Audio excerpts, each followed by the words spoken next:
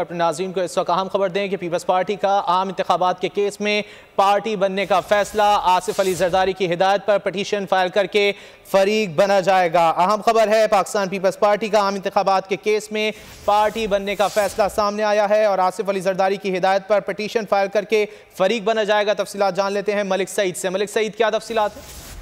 जी बिल्कुल, पाकिस्तान पीपल्स पार्टी ने आम इंतखाबात के केस में पार्टी बनने का फैसला किया और इस हवाले से चेयरमैन पाकिस्तान पीपल्स पार्टी आसिफ अली जरदारी ने फौरी तौर पर पटिशन फाइल करके फरीक बनने का फैसला किया। आपको बताता चलूँ, इससे कबल जो है वो तर्जमान पीपल्स पार्टी फैसल करीम कुंडी ने जो है वो प्रेस कॉन्फ्रेंस की थी और उसमें उन्होंने जो है लाहौर हाई कोर्ट के कल के फैसले पर जो है वो तफजात का इजहार किया था और उनका कहना था कि इलेक्शन कमीशन ने 16 फरवरी को इलेक्शन शेड्यूल का ऐलान करना था। पीपल्स पार्टी ने लाहौर हाई कोर्ट के इलेक्शन के हवाले से जो तफजात है उनका इजहार किया और उनका कहना था कि लाहौर हाई कोर्ट ने आरओ और डीआरओ के लिए ब्यूरोक्रेसी की तैनाती पर तफजात का इजहार कर दिया है।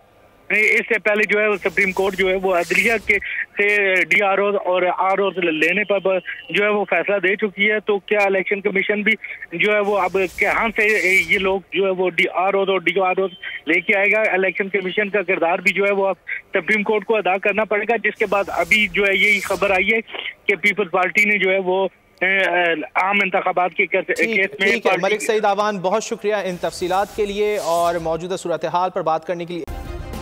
सब्सक्राइब करें और बेल दबाएं ताकि कोई खबर रह न जाए।